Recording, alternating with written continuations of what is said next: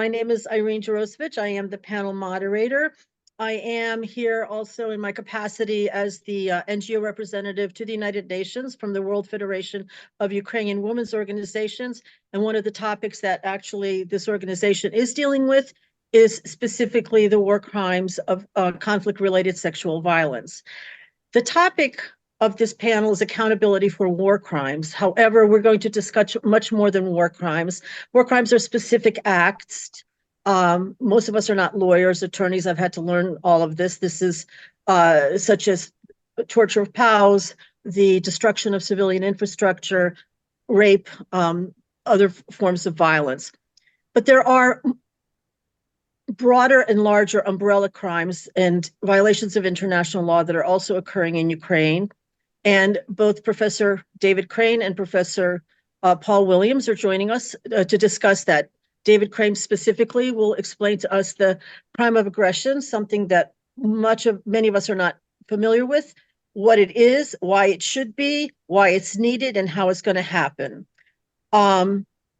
Professor Williams will also talk on among the other international violations. One of them is the crime of genocide, but also the various venues that can be used to seek justice, where Ukraine can seek justice. That the ICC, International Criminal Court, which there was a ruling actually today, which specifically targets individuals. There's what's called the UN Court. That's the International Court of Justice, and that's dealing with nation states or violations of nation states. And there's also international tribunals. Between the two of them, I hope we cover those options. We're going to ask Linova, the former executive director of the Ukrainian Bar Associations, to speak to us what is happening in Ukraine. What is Ukraine's strategy for seeking accountability and justice on the international arena? What is currently being done? How is information being gathered? Who's helping it? And all three, I hope, will address the various forms of international support that Ukraine is getting in this process of accountability for the various atrocities that are underway right now in Ukraine because of this war begun by Russia. So, David, if we can go to you first, let's talk about the crime of aggression and anything else that you want to tell us about. Well, thank you, Irina, and I really want to thank the U.S.-Ukraine Foundation for putting this panel together. Very timely, very important day as we consider next steps dealing with the conflict in Ukraine, the aggression by the Russian Federation against Ukraine. I also want to send my greetings to my fellow panelists, long-term good friends, and it's a real pleasure to be on a panel once again discussing these very, very, very critical issues, which we must have. To just kind of put this in general context, we're entering, amazingly, our third year after the second invasion of Ukraine by the Russian Federation in 2022. But again, also the fact that actually the first invasion was in Crimea in 2014. And so the way myself and my colleagues are looking at this is a conflict that's been going on really in reality for well over 8 years. And there's going to be accountability not just for the extent, but also for the aggression that began in 2014. So this is kind of important for our listeners to kind of keep this in the back of their mind. Really, at this point in time, the issue isn't out. For a while there in the heady days of late 2022, early 2023, it looked like our brave friends and colleagues in Ukraine were grown and being able to push back the Russian forces and hold them in check. But things are starting to shift. And this is really, I think, one of the ultimate and critical issues that we have to address immediately, and that is, and something that I've been writing about. I wrote my first op-ed about this in amazingly June of 2022, is that time and distraction are Vladimir Putin's ultimate weapons. He knows us better than we know ourselves, I think. He really realizes that we don't have the stomach to last the stomach to hold, stomach to support our brave friends in Ukraine, because we are easily distracted. And that if he waits us out, regardless of the horrific casualties that the Russian Federation is having, he could win this. And sadly, in 2024, that's a reality. And I think that we have to understand this. We could lose this not because of the Ukrainian capacity to fight on the battlefield, but just that the world politically is moving on. So we have to really, hopefully in this panel, but also just throughout the day, but also in our discussions from now on, so to speak, we have to be very, very aware that Putin is counting on us to walk away. And I saw this in Syria. Paul and I were very much involved in Syria for many, many years. And it was it was a hot issue, it was on the front page. And now it's not even, no one even talks about 500,000 people in Syria because time and distraction, the world moved on. In these dirty little wars of the 21st century, as I call them, the laws of armed conflict, the rule of law found on the battlefield has largely been ignored, particularly by the Russian Federation. And for that, they committed incredible numbers of crimes. And they have, there are 4 international crimes, just by way of footnote. There are war crimes. David, we lost you for a second there. Are you there? Okay. David, we lost you after the words war crimes. Well, there are 4 war crimes. Okay, thank you. International crimes. There are 4. There are war crimes, crimes against humanity, which is a widespread or systematic attack on civilians. You don't need an armed conflict for that.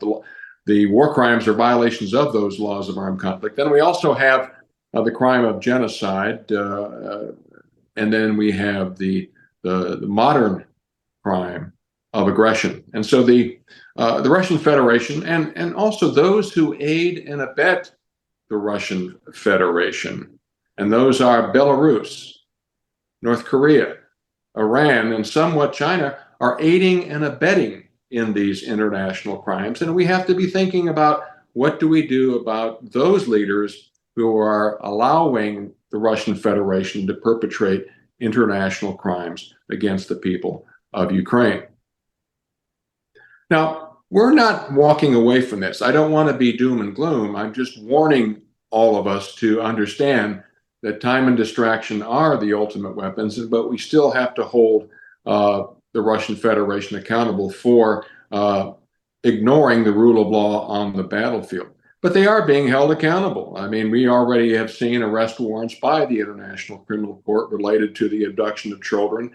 And just this morning, very timely, they have issued arrest warrants for 2 senior flag officers in the Russian Army and Navy for committing war crimes. And this is a beginning, and we'll be watching as the International Criminal Court continues to investigate. They will be rolling out arrest warrants against individuals who are violating those international crimes, which I've talked about. Now, of course, we have to account for the crime of aggression. It was the aggression by the Russian Federation that allowed the rest of this horror story to unfold. And so we do have to hold accountable the Russian Federation and the senior political leadership for the crime of aggression. Interestingly enough, aggression in the modern era really has never been prosecuted. We have never tested the 4 corners of the crime of aggression. Now, that doesn't mean we should back away, but this is going to be kind of a first ever effort by the international community. Now, of course, at Nuremberg, the crime of aggression, crimes against peace, were prosecuted, but the modern definition, the modern concept of aggression has never been tested that we have found in the Rome Statute under the definition of the crime of aggression. Now, I don't want to give a political lecture, but at the end of the day, from a practical point of view, the crime of aggression is inherently a political act. It's a political decision to, in fact, affect another nation's territorial sovereignty by another nation. And of course, we've seen that with a permanent member of the Security Council of the Russian Federation invading the sovereign territory of Ukraine in 2014, and then once again in 2022. So that's a challenge because it is political. Because it's political, and in a lot of things in modern international criminal law, the bright red thread of atrocity accountability is politics. It's, we can prosecute these individuals. We have the capacity to do that. We're good at that. But it's a political decision.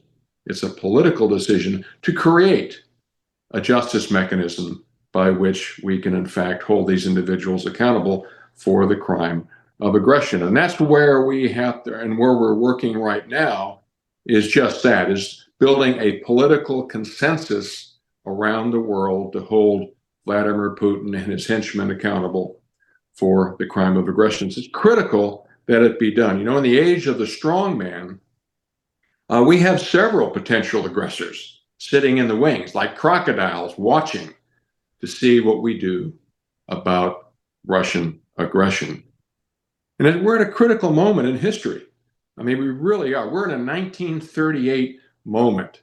If we do nothing in 2024, and I think we have to do something before November of 2024 for obvious reasons, we are going to be in a very perilous century. Democracies must stand up to tyranny, just like we did eventually in 1939, 1941. We finally stood up and faced down the authoritarian rules of Japan, Germany, and Italy. But we can't walk away. Democracies must stand against tyranny.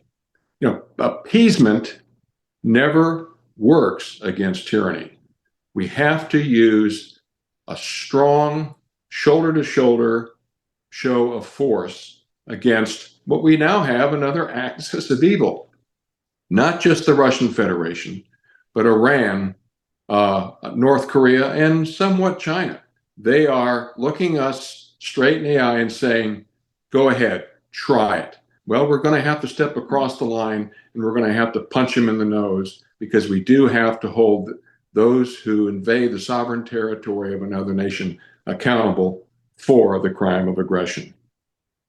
So 2024 is the year that we have to do our jobs and stand for the rule of law. Because as I've always said, and I know Paul and Ina have heard me say this too many times, but it's true, the rule of law is more powerful than the rule of the gun. Thank you, Ina. Thank you so much, David. I'm in the question and answer. I'm going to ask you to reply to who is the we in this building the consensus international. Who's leading it, and how are people participating, or how are countries participating in it?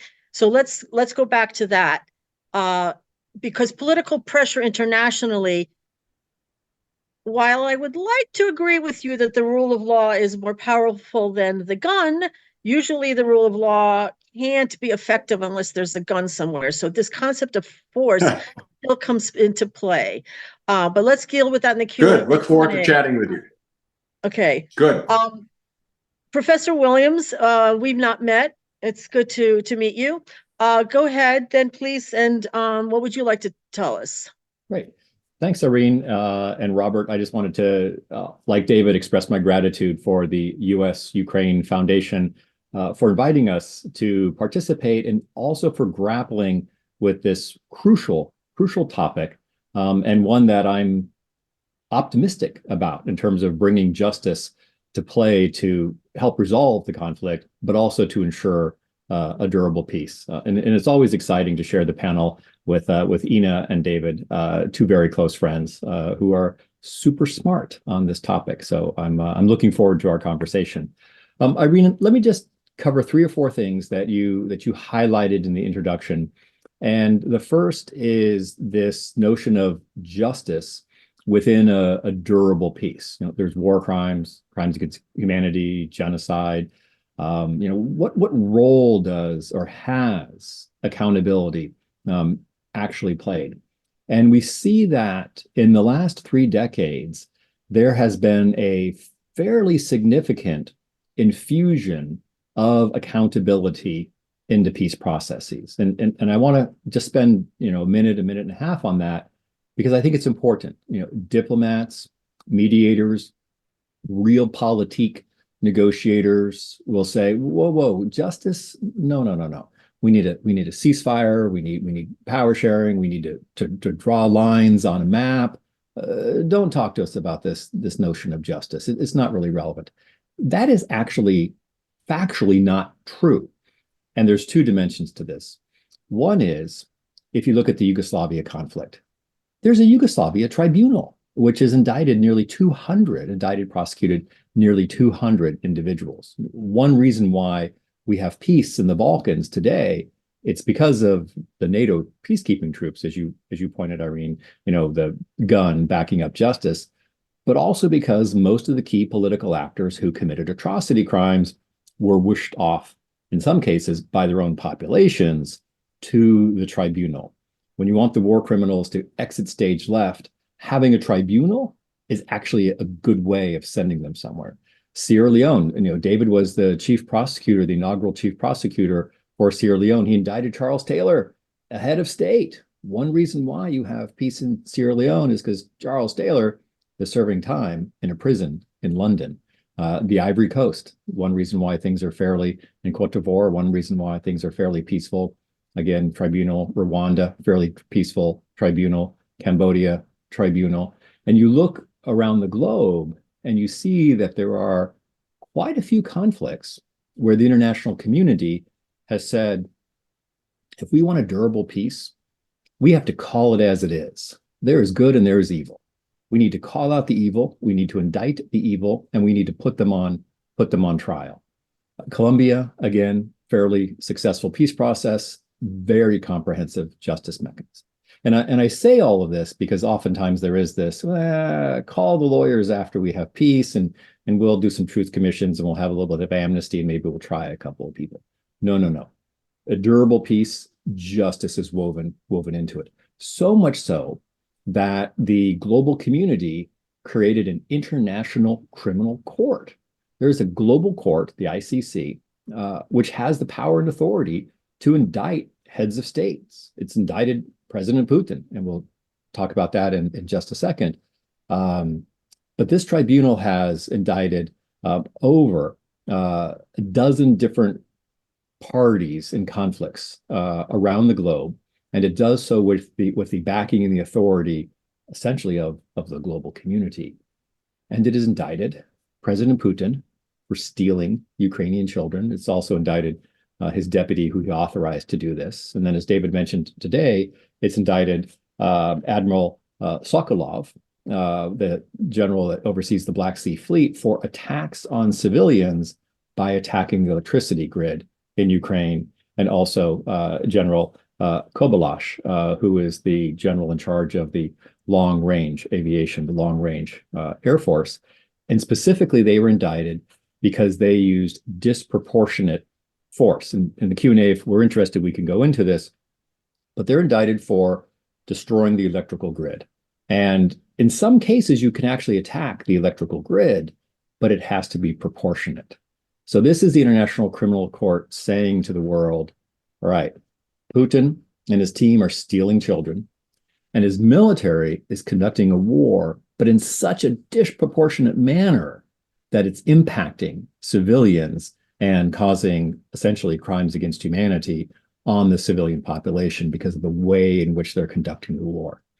And why this is valuable is because you actually have an unbiased observer on the field calling out evil. Now, the 5 of us in this conversation, the hundreds of individuals listening to this conversation are all thinking, well, yeah, duh. We don't need the International Criminal Court to tell us that the Russians are committing atrocities. But when you talk about the need for a global response, South Africa, Brazil, Japan, South Korea, Argentina, they're a little more opaque in their understanding of the nature of the conflict. But when you have a court situated in The Hague with, over 100 member states that are parties saying the Russians are stealing children, the Russians are destroying civilian infrastructure in such a way that it is a crime against humanity. And a crime against humanity means it's a crime against all of humanity. And a war crime, it's a crime against the individual that you commit the crime against. But a crime against humanity is literally shocks the conscience that everybody is responsible, or everybody is victimized by it. And we can talk a little bit more about that. How do you prosecute this? You have the International Criminal Court. You have a potential court for the crime of aggression, which David is an expert at, and him and his team have been working very hard to bring that into being. You also have the possibility of a hybrid tribunal. And there are a number of countries out there which have mixed tribunals of domestic judges, prosecutors, defense attorney, and then international judges, prosecutors, and defense attorneys. And then they meld these together to prosecute crimes. We're about to create one in Sudan before they had the coup. David's tribunal in Sierra Leone was a hybrid tribunal. Cambodia was a hybrid tribunal. So that's an option for the Ukrainians to work with the international community and say, right, we need international assistance, resources, expertise, coupled with Ukrainian expertise to prosecute, to indict and to prosecute individuals for war crimes. And then there's also domestic trials. If you look at Rwanda, there was an international tribunal for Rwanda, but then there was also a domestic system. And the Rwandans prosecuted over 80,000 individuals for the atrocity crimes committed by the Hutu against the Tutsi. And so I'm a huge fan of Ukraine continuing, and I think it's done about 36 domestic prosecutions, continuing to prosecute Russians and others, mercenaries from the Russian bloc that are captured or found on the territory of Ukraine. Perfectly appropriate, and the international community should really be behind that. And in my remaining minute, Irene, I'll just touch on, you had mentioned, and I see there's the question in the Q&A as well about, what can be done now? And I think what's important now are documentation efforts. I'm a huge fan of civilian documenters, and we've worked with, PILPG has worked with OPORA and with Truth Hounds and the International Center for Civil Liberties on ways in which citizens can do witness statements, victim testimony, put it in a secure database, and then make it available for the International Criminal Court, for the Commission of Inquiry, for the Ukrainian Prosecutor's Office to use. In the world in which we live in today, literally every citizen can be a documenter and can be empowered to collect that information and put it in a form that's usable for future prosecutions. Thank you. Thank you. Thank you very much. That's actually that's one of the things I'm hoping that Ina will address. How is that managed in Ukraine? Alexandra Matvichuk, recently, her organization was nominated, she received the Nobel Peace Prize in 2022, I believe, said that their database again, I don't know who the there is, whether it's her organization or the group they're working with, has documented 64,000 or has 64,000 pieces of evidence related to various war crimes. Wow. I mean, how do you manage something like that? And who has access to it? And who's paying for it? We don't have to answer all these questions, but that seems like is this, Ina, if you can speak to it, is this something that the government of Ukraine is managing? What is the overall strategy for the government of Ukraine? What are they using as the approach? Are they prosecuting individual war crimes, but are they also building a case for one of the larger international crimes, such as crime of aggression or the crime of genocide? If you could speak to that, that would be great. Thank you, Irene. I will try, but before I touch upon the question, I also would like to join my co-panelists in thanking the organizers, the U.S.-Ukraine Foundation, for your kind invitation to this event and for keeping the attention of the world attracted to Ukraine, because this is very important to keep eyes on Ukraine and to continue following all the developments and informing international community. When it comes to what's happening at the national level, A lot of processes take place simultaneously. We see, for example, that of course the government of Ukraine and law enforcement authority lead investigations of war crimes, crimes against humanity, genocide, and the crime of aggression. Currently, the Office of the Prosecutor General, which publishes its statistics openly, it's on the website, documented more than 100,000 crimes which were initiated according to the national procedure. Now, most of them are war crimes, or according to national legislation, they call violations of rules and customs of war, and the crimes of aggression. And smaller amount of them are crimes against national security, including, for example, treason, collaboration, and other categories of crimes. However, yes, there's more than 100,000 crimes that are under investigation before national authorities. And of course, we expect this number to make it to courts sooner or later. And of course, at this point, we can only predict that the number of crimes will continue to go up, that as atrocities continue and as the war continues. Now, you mentioned Alexandra Matvichuk, and her Center for Civic Liberties is part of the 5 a.m. coalition. In fact, the Ukrainian Bar Association also cooperate with 5 a.m. coalition, which is the coalition of civil society organizations that united for working in parallel, supplementing and complementing work of national authorities in collecting and collecting evidence of Russian crimes and documenting all the crimes, for sharing this information with national authorities as well as international judicial institutions and human rights protection mechanisms. In fact, Ukrainian Bar Association also collects evidence on our own. We work with the International Bar Association and their Eyewitness for Atrocities tool, which allows for very efficient documentation of evidence of war crimes. And we also work with the Global Accountability Network, founded by Professor Crane, in collecting information from open sources and also cataloging all the crimes committed by Ukraine. On the one hand, there's complexity of this system because we have multiple investigation authorities, multiple civil society organizations, educational institutions, international technical assistance projects involved in this effort. There's also foreign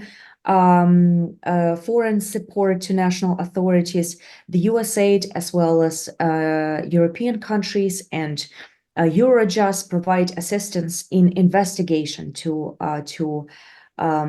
Ukrainian prosecutor's office and investigative authorities. So there's this complexity of this process that takes place. However, at the same time, this process, although might be viewed hectic, sometimes also contributes to multiple databases and multiple sources of information existing at the same time, which maybe is not a bad idea when we have to deal with such a dangerous enemy who's so proficient in cybersecurity and cyber attacks. So this is what's happening. Now, very briefly, Professor Crane and Professor Williams touched upon the establishment of the tribunal, and I would like to thank both of them, because indeed this is one of the priority measures that we as legal community support as well. We are currently in cooperation with International Bar Association, New York State Bar Association, and American Bar Association, have public resolutions adopted by these legal associations confirming the legal necessity to establish the tribunal and invitation to political leaders to proceed and support Ukraine in this respect. So this is a very timely and urgent matter. We have very active cooperation here with the Ministry of Foreign Affairs, Office of the President, in pursuing this stream. We also touched upon the jurisdiction of the International Criminal Court, who, as my co-panelist mentioned, does review cases of individual responsibility of perpetrators. The ICC reviews war crimes, crimes against humanity, and genocide, or rather has jurisdiction to review these crimes committed in Ukraine. In addition, the International Court of Justice has a jurisdiction and currently reviews the case of genocide as perpetrated by the state of the Russian Federation. There is also the European Court of Human Rights, which currently has a few proceedings, which I believe were merged into one case, an interstate case, Ukraine versus Russian Federation, raising allegations of multiple violations of the rights guaranteed by the European Convention for Human Rights. So now we have all these three international judicial institutions reviewing cases. Hopefully there will be the fourth one, the Tribunal for the Crime of Aggression. And in parallel, of course, we have national judiciary system reviewing cases under national jurisdiction. Now, the Ukrainian Bar Association started and continues conducting trial monitoring, where we actually go to all judicial proceedings in war crime cases and analyze judgments of national courts delivered in war crime cases under one article of the criminal code, which is violation of rules and customs of war.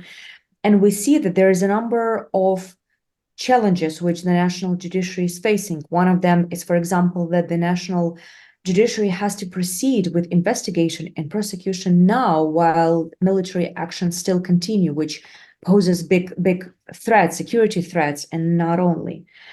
Also, now all the legal body of Ukraine is affected. If in 2014, as of 2014, only limited number of judges, prosecutors, investigators, and defense attorneys were involved in war crimes cases. Now it's the whole territory of Ukraine. We have all the courts, all the defense attorneys in almost all the regions in Ukraine having to deal with war crimes without necessarily having the required or adequate education, skills, capacity building, exercising. So the national system has to learn on the fly, while at the same time, and this is admirable, trying to and declaring the intent of the Ukrainian government to ensure the highest standard of the right to a fair trial in these cases, because Ukraine, we say, is not Russian Federation, and we respect the rule of law. So we want to ensure that these trials are fair, open, and with all other elements being secured as well. One of the challenges that we see is no unified source of information. As we look into this trials taking place all over Ukraine, we have to manually collect information. We go to websites of individual courts, we check the schedules of hearings, we contact focal points from prosecution, from courts. So we manually collect information from various sources of information and cross-check this information. So this is a very voluminous and time-consuming exercise. Probably this is the bulk of what we do. And of course, then when we have collected information and we go to court hearing, sometimes we cannot do it because there's air sirens, sometimes there's actual bombings taking place, which is not a rare occurrence in those areas that are closer to the front line, for example, Kherson, Dnipro, Odessa, and so many others. So it's an improvisation most of the time. However, this is what required by the exercise. And of course, in the course of this exercise, we see a number of challenges, number of, shall I say, rooms for improvement of the national practice of investigation and judicial review of these cases. However, we keep an eye on the tendency. Our goal is to continue following the developments, hopefully to extend trial monitoring onto other cases, important categories of cases, for example. If I can ask, because I know I'm speaking on behalf of the masses, let's put it this way. The trials that are underway in Ukraine right now are in two forms, my understanding. You actually have individuals that were captured that committed a war crime that are being tried. But you're doing, not you, but Ukraine is also proceeding with trials of individuals in absentia. Yeah. So I guess the feeling is just like there's an arrest warrant out for Putin and trials in absentia. There's not the sense that this is really justice. This is, or accountability. Let's put it that way. It may be part of justice, but that they're not. It's good that it's happening. It's going for the record. It's part of the historical record. It needs to be done. But where is that satisfaction of somebody being punished or caught and punished? I think that element is missing for a lot of people when they hear about these trials underway. Absolutely, and I agree with the sentiment. There is no satisfaction now. It's very difficult to understand and, to be honest, to explain to my fellow compatriots or colleagues sometimes that it takes time. We might be looking at decades until from the moment the case is initiated until the moment. Decades? Decades? I fear that Okay. sometimes it might be decades, yes, Okay. until something significant changes, until regime changes in Russia, for example, and decides to actually cooperate with Ukraine on these trials, or until these defendants travel maybe to a third jurisdiction, and this third jurisdiction decides to arrest them. So it might take time. However, we cannot physically go to Russia and comprehend them and to bring them back. What we can do, though, we can proceed with cases, and we can ensure that their cases are just, are fair, and cannot be questioned, and there cannot go later to international jurisdictions on behalf of Russian citizens complaining about the fairness of the proceedings. So our job, what we can do, is to start, and then hopefully this justice mechanism will lead us to factual detentions. When it comes to question of in absentia, it is a very complicated question. On the one hand, if we want to achieve accountability, we have to proceed with these crimes. We cannot wait for an opportunity until we will be able to physically comprehend defendants. Technically, the war will end. Who knows, right? Exactly, Yes. exactly. Okay, so you have to begin now. Exactly. And on the other hand, as such, in absentia proceedings are not against the standards. However, at the same time, we need to make sure that if proceedings in absentia do take place, that we notify defendants in a way that's efficient, in a way that reaches them, and they're not only unaware of the proceedings against them, that they were informed, efficiently informed, and they, for example, choose to ignore the proceedings. We need to ensure that they have high quality defense, even in their absence. We need to ensure that their interests are represented and there are no breaches. Can you give, because we're going to move on to also to David and Paul, but can you just in a quick give us a general sense of how many of these types of prosecutions are already underway or have been completed in Ukraine on an individual by individual level? So it's hundreds. It's hundreds of cases. Okay. We now look, our monitoring is focused on only one article, but it's most of the war crimes. It's a very wide definition of violations of rules and customs of war. So multiple actions are being tried under this article. So in the course of when did we start? September last year. And the phase one ended in December this year. So we analyzed less than 200, we saw 200 individual cases. And just for our audience, I'm going to say these are cases, this is, for example, I mean, these are specific war crimes, torture of POWs, conflict-related sexual violence, rape, things like of that nature. Yes, targeting civilian infrastructure. Yes, looting.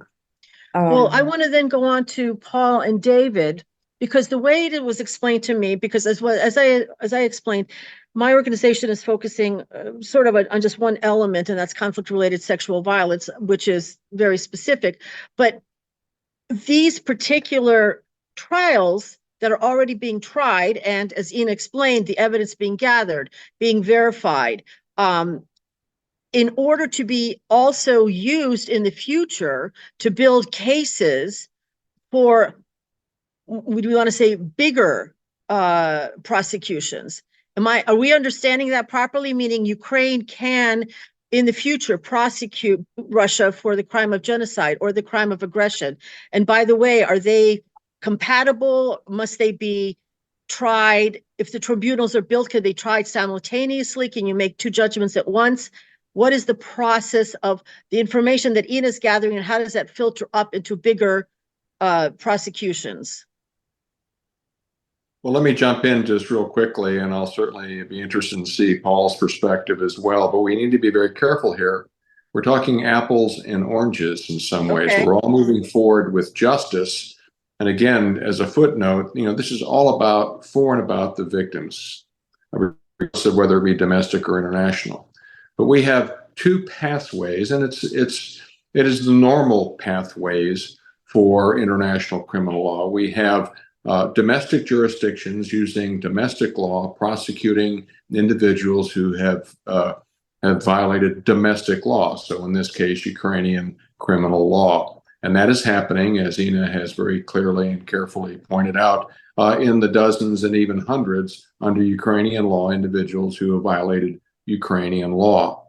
Now, over and above, but not any better or any different, is international efforts to hold individuals accountable for the four international crimes: war crimes, crimes against humanity, genocide, and the crime of aggression. So that even though there are jurisdictional questions, and I don't want to go too far down that road in a legal point of view, each of these particular pathways have unique jurisdictional coverage of their particular law. But at the international level, the jurisdiction is created by treaty or statute or charter, which gives that particular international justice mechanism the authority and the jurisdiction to prosecute individuals by subject matter jurisdiction, in personam jurisdiction, and temporal jurisdiction.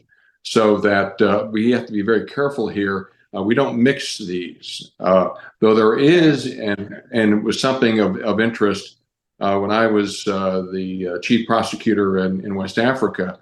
I did have a clause in my statute that allowed me to use Sierra Leonean criminal law if I found it necessary to hold individuals accountable for the international crimes. And I chose not to do that because when one brings in domestic law into an international prosecution, technically the courts of that particular jurisdiction have a voice and a say in what's going on at the international level. And I did not want to bring in the nascent and largely destroyed Sierra Leonean justice system into our international court system. And so I chose not to use Sierra Leonean law any more than if we have various tribunals, and I would think that the International Criminal Court would not be using Ukrainian law to prosecute individuals at the international level. So I think that's kind of important for our listeners to understand. There are two tracks, two pathways, all seeking justice for victims of atrocity, but in ways that are appropriate under their particular jurisdictions. Okay, thank you, Paul.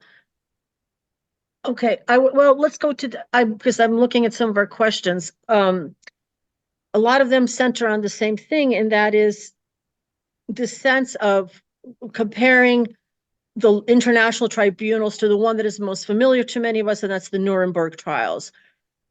Can these international tribunals be made public? Can you have them without having any of the criminals present? Can it be begun now? I mean, the crime of genocide in particular. I know for sure in the Ukrainian American community, I speak for many of us, we really feel that it can get started now. There's no need to wait. what can be done in order to make this sense of justice more public so that people feel like prosecution is happening? And can you prosecute when you don't have the individuals on an international level present? Irene, let me just jump in there on that, because I think it's a great question, and it gets to the nub of the issue of the purpose of justice. And I think, depending when you touch base with Ina or Dave and I at any particular question or time, we'll be focusing on, well, is it to punish the individual who's responsible? Which, yes, it is. Is it to deter future individuals from committing crimes in the war of aggression against Ukraine? But also, it's important for historical record. You know, the Russians are busy rewriting the historical record now while they're committing their war of aggression. But it's also important for the victims, partly as a victim catharsis process, you know, particularly in sexual and gender-based crimes, to be seen, to have that identity, to be acknowledged, and to be able to tell their story. So the good news, Irene, is that there's a variety of things that these international mechanisms, or hybrid mechanism, or domestic, can do throughout the process of getting the culpable individual in jail and trying them. So first of all, we talked a little bit about documentation efforts. There's something empowering. In PLPG, we've done documentation with the Rohingya, with the South Sudanese, with the Yazidis, with the Iraqis, et cetera. And even just telling their story, getting it written down on the record is empowering. So I think we don't want to rush past that, and all of the amazing work that Ina is doing is really impactful. The second is the indictment. The International Criminal Court has called foul, you know, basically said Putin's responsible for stealing children, his deputy, and then these two flag officers, as David had noted. So that's part of the narrative. So when the U.S. Congress is thinking about $60 billion, it's pocket change for the Americans, for the Department of Defense. When they're weighing this, you're weighing Ukrainians, you know, fighting off a war of aggression versus a war of aggression being carried out by war criminals or indicted war criminals. And not just because we say it or because we put it in a newspaper, but because the International Criminal Court has said you, and you are responsible for atrocity crimes. And we can talk about genocide as well. The court can then also do something called a confirmation of indictment. And the court is thinking about doing this in a number of other cases where they've indicted a little while ago. And they basically have a mini, I have to be careful what I say here, but a mini trial in absentia is what it really is. And they reconfirm the indictment by having the prosecutor put forward her or his evidence before the court, and then the court mulls it over and then either reconfirms or doesn't reconfirm the indictment. But that's a way of getting that information and those details out there publicly. So these tribunals, they operate in public. It's up to us. It's up to the journalist. It's up to the lobbyist to churn this information in and to demystify it. David's my hero. He explains this stuff and people understand it. Most of my friends, you know, I don't even understand it. And in theory, I teach this stuff. So it's up to all of I will say here, actually, when David spoke, for everybody who's listening to this panel for the first time and kind of going, huh? I'm with you. When David first spoke in December on this, there were a group of us who spoke afterwards who literally said, did you even know that the crime of aggression exists, that this is actually an international crime? And it is it's a steep learning curve. And that's why I didn't mean to interrupt, but it is important for us to explain to our listeners and to the public at large and for congressmen that these are criminal acts, that if we believe in rules-based international order, then this is part of that process. It is not just treaties and diplomats and trade agreements. I mean, this is part of the international process. We will prosecute evil and you will be punished. I think for a lot of you, I mean, I'm speaking mostly from a Ukrainian American diaspora perspective, there needs to somehow feeling a sense of more visibility or more, this, because these processes are apparently underway. But when you say it's the responsibility of journalists, I mean, can these processes be made public? Can you turn on web TV and watch the ICC in process? How can you get this publicity out so that people do understand that there is an effort at least to prosecute, if we can't get to the punishment stage because we actually can't get these guys in the docket, that there's the process of condemning them underway, because people do not know that. How can that be done? Well, let me jump in real quickly here, Paul. Excuse me. Just yes, they are open and fair trials. That is actually a legal standard by which these tribunals have to be held, and so they are public. Even in a place like West Africa, where there was no electricity, no television, and no radio, we made available to the public through a participation, being able to come and walk into the courtroom. But also we sent out videos around the country, and it was played by our outreach teams so they could physically see what's going on. Of course, in this day and age with social media, streaming, what have you, that is a lot easier, even in places that don't have the communication infrastructure that we have. Real quickly, one of the questions implied was trials in absentia. At the international level, we do not do trials in absentia. Even though there is a discussion about that as we begin to form two potential justice mechanisms for the crime of aggression, that is currently in the discussion, and it's probably will not happen. I am personally against trials in absentia, but I think it's important here that we move forward with indicting those at the international level who commit international crimes. Even though we can't get them at this moment, such as Vladimir Putin, he should be indicted for, and he already is in a couple of instances, for the crime of aggression. That in and of itself, the indictment itself, is the ash mark on his forehead. That is sending the signal to China, North Korea, Iran, Syria, Myanmar, etc., that as a head of state, if you move on another member state of the United Nations, your neighbor, in an act of aggression, you will be held accountable by indictment. Now, people said, you'll never get President Charles Taylor of Liberia, Prosecutor Crane.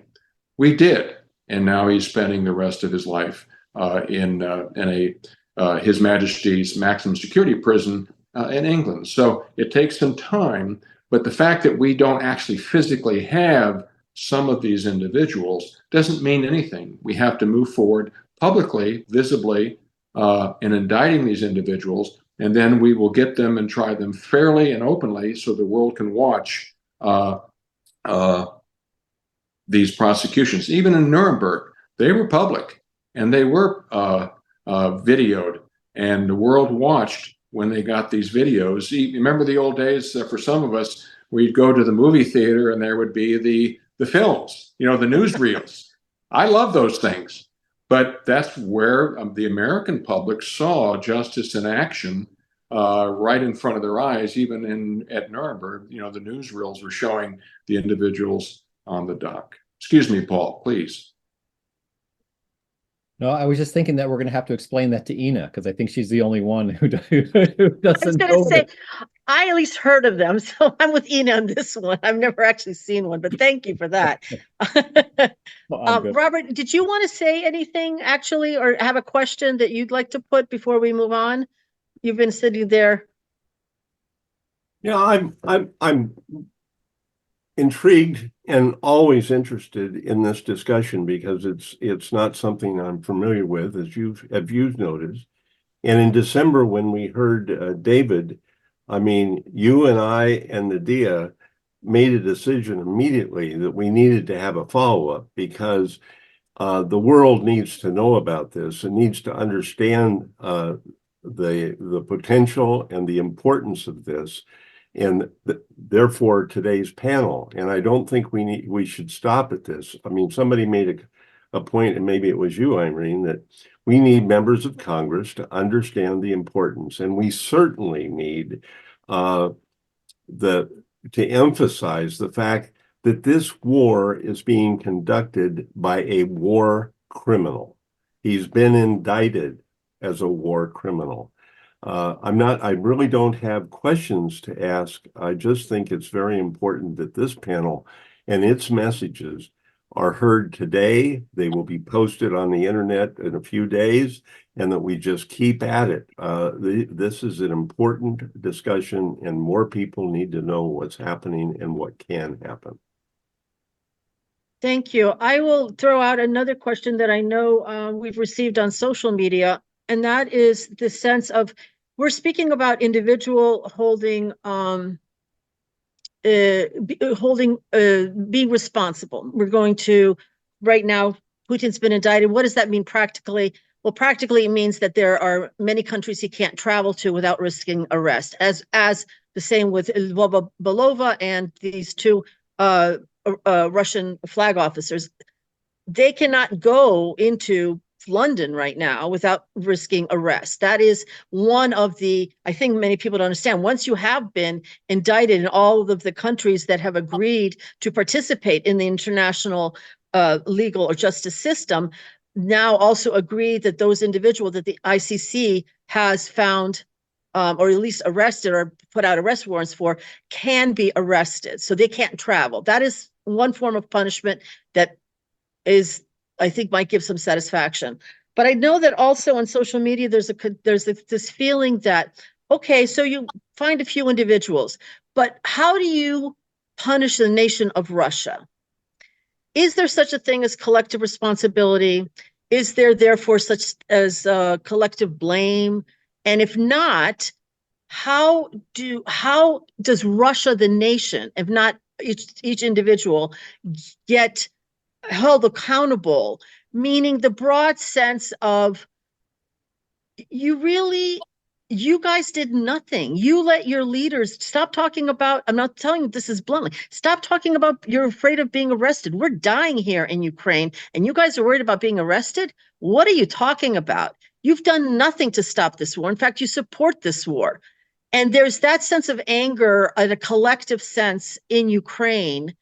And how is that handled internationally or within the international legal system?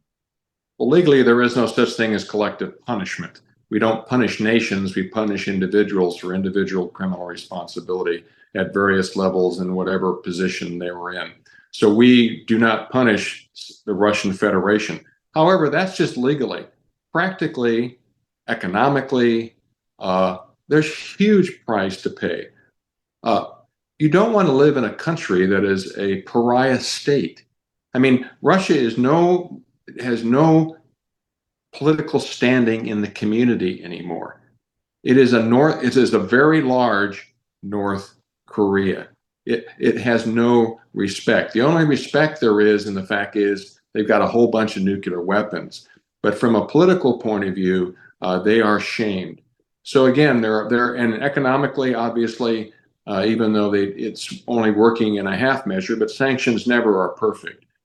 They are being, quote, dealt with on an economic basis, and the Russian economy is faltering. It does not have a future. It may be doing okay right now, but who's going to invest in the Russian Federation right now? So that directly impacts all ways of life in Russia. Another footnote here, I think it's important for our listeners to fully appreciate there is no statute of limitations for international crimes. And I think that we've kind of danced around this a little bit, and I think it's important. Nobody's going to get away with this. All right? You need to understand this. As long as we have the political will to sustain the legal efforts to move forward, if you're indicted by the International Criminal Court, that's forever. If you're indicted by a future aggression tribunal or court for aggression, that's forever. So, 2 years, 3 years, 5 years, 15, 20 years from now, and even Ina alluded to this, if we can physically get them, they will be prosecuted fairly and openly before that tribunal. So it's not something that we just kind of go, well, we can't get him, so we walk away. These indictments, these arrest warrants are forever. So I think it's really critical for people to understand this. Thank you for that. That's actually a really, really good point, because we tend to think of the short term, and we want the emotional satisfaction of now, but exactly, Nuremberg didn't happen, in 45. So this does go on for many years. But speaking of if we could get them, there was a question. So, and this is strictly hypothetical, and I take responsibility for saying it by myself. What if you have somebody like a Russian mafioso who has had enough of this? He's had enough of his business being ruined. He has enough of the economy going down the drain. And he and a gang actually literally, not saying it's possible, but physically kidnap Putin, put him on a private jet and fly him into, let's say, Vienna. I mean, no. That sounds like that sounds like a great novel. Okay, so I was afraid to ask that because I thought you guys are going to make fun of me, but okay, good. We're on the same. What is that legitimate? I mean, would he have to be let go? Because how does that, let's say it happens. How would that be handled? Who would take him in? How would that happen? Who would meet him at the airport, to put it bluntly? And where would he go? No, Irene, I'm sure David has a few stories to tell about how he acquired some of his indictees. Oh, seriously? Oh, good. Yeah, but looking back on the Yugoslav, it was interesting. You mentioned Vienna. The tribunal was interested in getting an individual under a secret indictment, so they didn't tell the world that this person was indicted. They invited him to a conference in Vienna. He's like, oh, okay, this is great. And he got on a plane from Belgrade, went to Vienna, and he was met at the airport by the tribunal's security forces and carted off to the Hague. There's trickery is perfectly acceptable.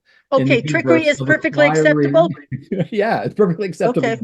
in terms of inquiring indictees. But David, I'll turn it to you because Let's just put it this way. I used to be in a business once upon a time where we would go look for terrorists and we would grab them and we would put them in a U.S. Air Force airplane, and all of a sudden they'd land up in the Eastern District of New York under the jurisdiction of U.S. federal law, and bingo, they're indicted 48 hours later for whatever they had done.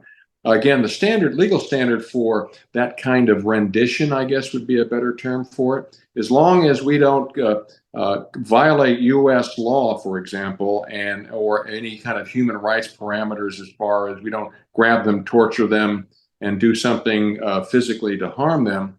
And that would be a standard that the court would look at. The rendition itself is perfectly legal related to that. When I was in West Africa, we had a secret plan to grab Charles Taylor if we could get him. We had a group of individuals who were standing by. We had sealed his indictment initially, but we were looking at him any way, shape, or form before I unsealed that indictment of June of 2003.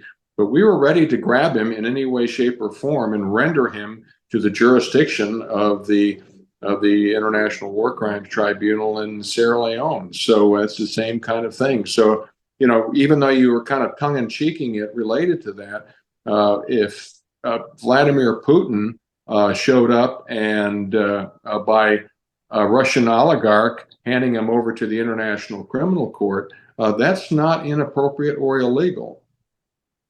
Good to know. Word is out. And to jump in, there's a wonderful movie on Netflix about abduction by Israeli officials of one of high-level Nazi. I don't remember his name now, but it was done before. Hopefully it can be done again. Huh, that's interesting. Okay. David, I want to get back to what we began with sort of a little bit at the beginning. That's the we. Who is the we that is going to be developing this hybrid international tribunal? I know we've heard at the UN of some, I think it's like the Friends of group. I'm fishing a little bit here. Who is the we that forms this, that brings it to what? To the ICC, or in the case of genocide, apparently the ICC. How is this we? Who are they, and how does it happen? Well, at the International Criminal Court level, they have the jurisdiction based on the authority given to them by member states, and that is war crimes, crimes against humanity, and genocide. So that's a we. Another we is the UN General Assembly, because the UN Security Council is nullified based on the fact that one of the perpetrators is a member of the Security Council. So we have to use the General Assembly to create potentially a international tribunal, a special tribunal for Ukraine on the crime of aggression, which is something that we have put the package together. But again, we don't have the political we backing this idea. So we have come up with a multinational court for Ukraine on the crime of aggression, made up of UN member states outside the UN General Assembly system, who come together, create a statute, and then begin the process of investigating Vladimir Putin and his henchmen for the crime of aggression. So the we is really the international community and the political will to do this. I think we just have to take, again, as I want to underscore, we can do this. We have the rules of procedure and evidence, the long-term experience now. We even have a model type court, the UN Special Court for Sierra Leone, that successfully has done this already, to include taking down a current head of state. So we're not making any of this up for your listeners. This is not theory. This is actual practice. So the challenge for us that are trying to put these together, and the only real viable alternatives to holding Putin accountable for aggression, are these international mechanisms, a special tribunal or a multinational court. This hybrid model is only useful for domestic prosecutions for those individuals who have committed international crimes below the crime of aggression. This is a political crime. This is head of state stuff and their senior political leaders. So a hybrid approach cannot prosecute Vladimir Putin, nor can a regional approach, just Europe getting together and deciding to prosecute Vladimir Putin. That may not pass the jurisdictional challenge of head of state immunity. But at the international level, such as a multinational court or a special tribunal, those are international courts. And when we took down President Charles Taylor and his indictment and arrest was upheld by our appellate chamber, at the bottom line is we laid down the marker that a sitting head of state, read that Vladimir Putin, who is committing international crimes while a head of state, following the prosecutor versus Taylor standard, he can be held accountable. Head of state immunity does not apply. But if it's any lesser type of justice mechanism, then head of state immunity legally blocks prosecution of Vladimir Putin for the crime of aggression. Okay. One of the questions was, all of this process, however, needs to be somehow implemented and sustained. And we go back to you can have rule of law, but it's maintained by the rule of the gun. And I don't want to be quite that crude, but you mentioned security forces. What is the underpinning behind this? The police forces or the forces that would be involved in such criminal proceedings? Is there an international police forces? Does the ICC have its own security team? I mean, will the tribunal then bring in forces from the UN? What is the process of making sure that system securely happens? Did I not explain that very clearly? I can tell by looking at both your faces that wasn't it's clear. I was going to give my dear friend Paul, please. Okay. Paul Okay. an opportunity to address it. David, you spent 30 years at the Department of Defense. I'm going to defer to you on this question. Well, that's fine. Well, look, bottom line is that, yes, at the international level, there is no international police force. It is enforcement of indictments, of arrest warrants, is based on moral and legal authority, not by force. Now, member states of the International Criminal Court, states parties, have an obligation to use their domestic police forces to arrest and then hand over to the International Criminal Court any known indictees, what have you. But it is a decision by a supporting state, whether it be International Criminal Court or a UN General Assembly state, if we create a special tribunal or a member on part of a multinational court, that they're implicitly agreeing to using their domestic capacity to arrest any known indictees within their jurisdictions. So we don't use militaries to go out and find individuals. It is a domestic police matter. And of course, like we said, we don't have any international police force. And one thing is, Interpol is not an international police force. It is a common misconception. They're a database information sharing organization, but Interpol, you see it in novels and movies, secret international police that go out and grab these people. The answer is absolutely not. And Interpol is not a part of that at all as well, just as an aside. Oh, thank you for clarifying that, because I'm a big fan of the Oceans, 11, 12, and 13, and Interpol figures in them quite prominently, nabbing people all the time. Paul, I got a text from a friend, so it's not in the questions. Would like to return to the crime of genocide. South Africa filed a claim against Israel for the crime of genocide, for example. Has anybody filed a claim against Russia for the crime of genocide against Ukraine? That's a first question. And who would do that? Who should do that? How would that be done? And then once that's done, what kind of process would that kick off? Yeah. So Irene, there's a couple of, or Ina, do you want to jump in on that?